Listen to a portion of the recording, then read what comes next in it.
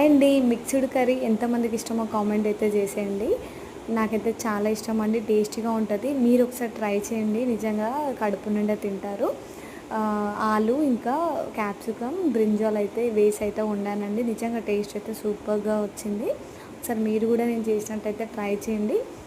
ఒక ప్యాన్ పెట్టుకుని అందులో కొంచెం ఆయిల్ వేసుకొని కట్ చేసి పెట్టుకున్న పచ్చిమిర్చి ముక్కలు ఇంకా ఆనియన్స్ అవన్నీ వేసుకోవాలి. కరివేపాకు కూడా అవి కొంచెం వేగాక అల్లం వెల్లుల్లి పేస్ట్ పసుపు వేసుకొని కొంచెం వేగాక మనం కట్ చేసి పెట్టుకున్న ఆలు ముక్కలు బ్రింజల్ ముక్కలు ఇంకా క్యాప్సికమ్ అన్నీ ఒకటే టైం వేసుకోవాలండి. ఎందుకంటే ఈవెన్గా అన్నీ ఒకటే టైం కుక్ కావాలంటే మంచిగా కుక్ అవుతాయి అన్నమాట. సో మంచిగా కలుపుకొని మూత పెట్టుకోవాలి.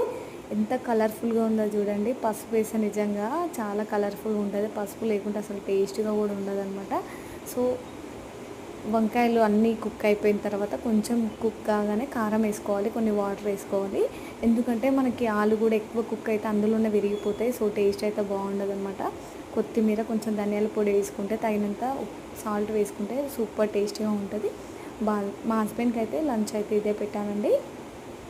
నైట్ చేసిన పకోడీ అయితే పెట్టుకొని ఇంకా కర్రీ తింటుంటే సూపర్గా ఉందండి. నాకు ఇట్లా వెజిటేబుల్స్ తింటుంటే కర్రీ కొంచెం ఎక్కువనే తినాలి రైస్ కంటే, అప్పుడే మనకు హెల్త్ బాగుంటుంది. ఓకేనా? Thank you for watching. Bye.